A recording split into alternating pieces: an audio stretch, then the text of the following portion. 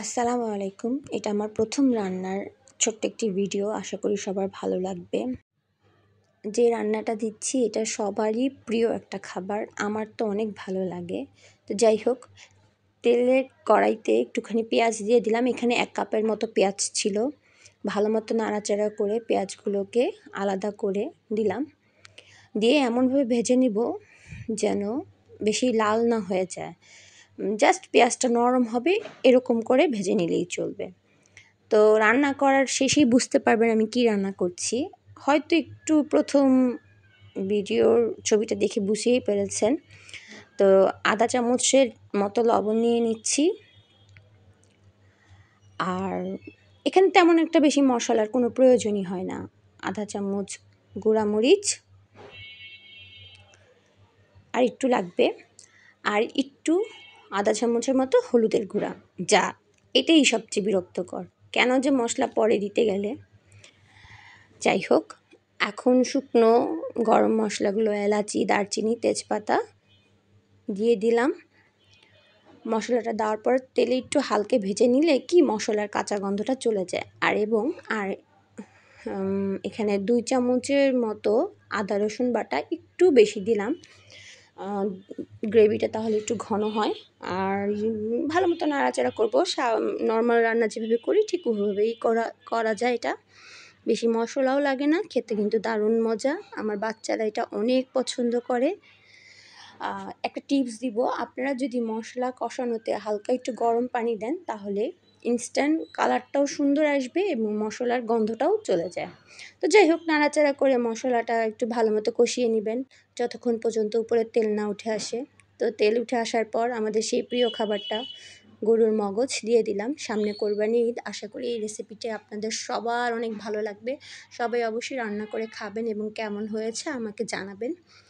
আমার মতো করে কে কে রান্না করেন সেটাও কিন্তু কমেন্টসে জানাবেন। একদম সিম্পল একটা রেসিপি। এটাতে তেমন পানিও দেওয়া লাগে না, এটা থেকেই অনেক পানি বের হয়। তো নাড়াচাড়া করতে করতে দেখলেনই তো কতটা পানি বের হয়ে গিয়েছে। আমি একদমই পানি ইউজ করিনি, সেই তেলটার উপরেই নাড়াচাড়া করছি, ওখান থেকে অনেকটা পরিমাণ পানি বের হয়ে আসছে। এটা ঢেকে দেওয়া লাগে না, আপনি তেলের উপরেই সিদ্ধ হয়ে যায়। তো নাড়াচাড়া করতে করতে তেলের উপরে যেন আসে সেই পর্যন্ত আমি নাড়াচাড়া করবো, কারণ এটা কড়াইয়ের নিচে লেগে যায়।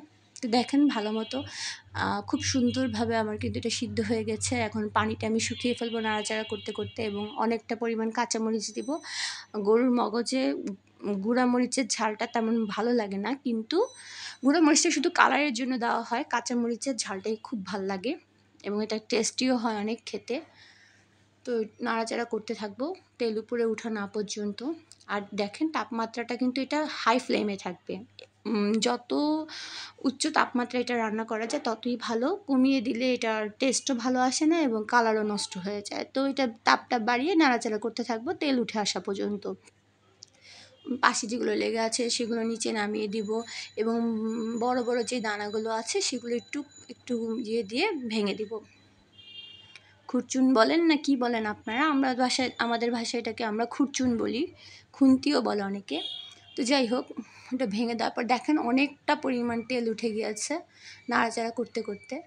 তো এখন আলহামদুলিল্লাহ একদম সম্পূর্ণ 90% হয়েই গিয়েছে।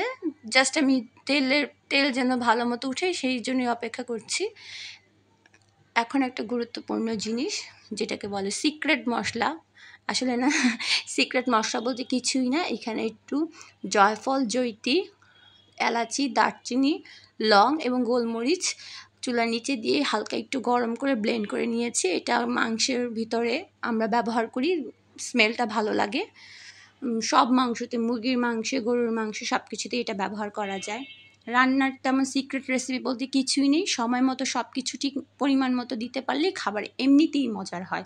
যারা বলে সিক্রেট রেসিপি এইটা সেইটা, আসলে কিছুই না। সময় মতো সব কিছু দিতে হয় এবং পরিমাণ মতো ব্যবহার করতে হয়, এটাই হচ্ছে রান্নার সিক্রেট রেসিপি। তো যাই হোক, আমার গরুর মগজ হয়ে গিয়েছে। কেমন হয়েছে অবশ্যই জানাবেন।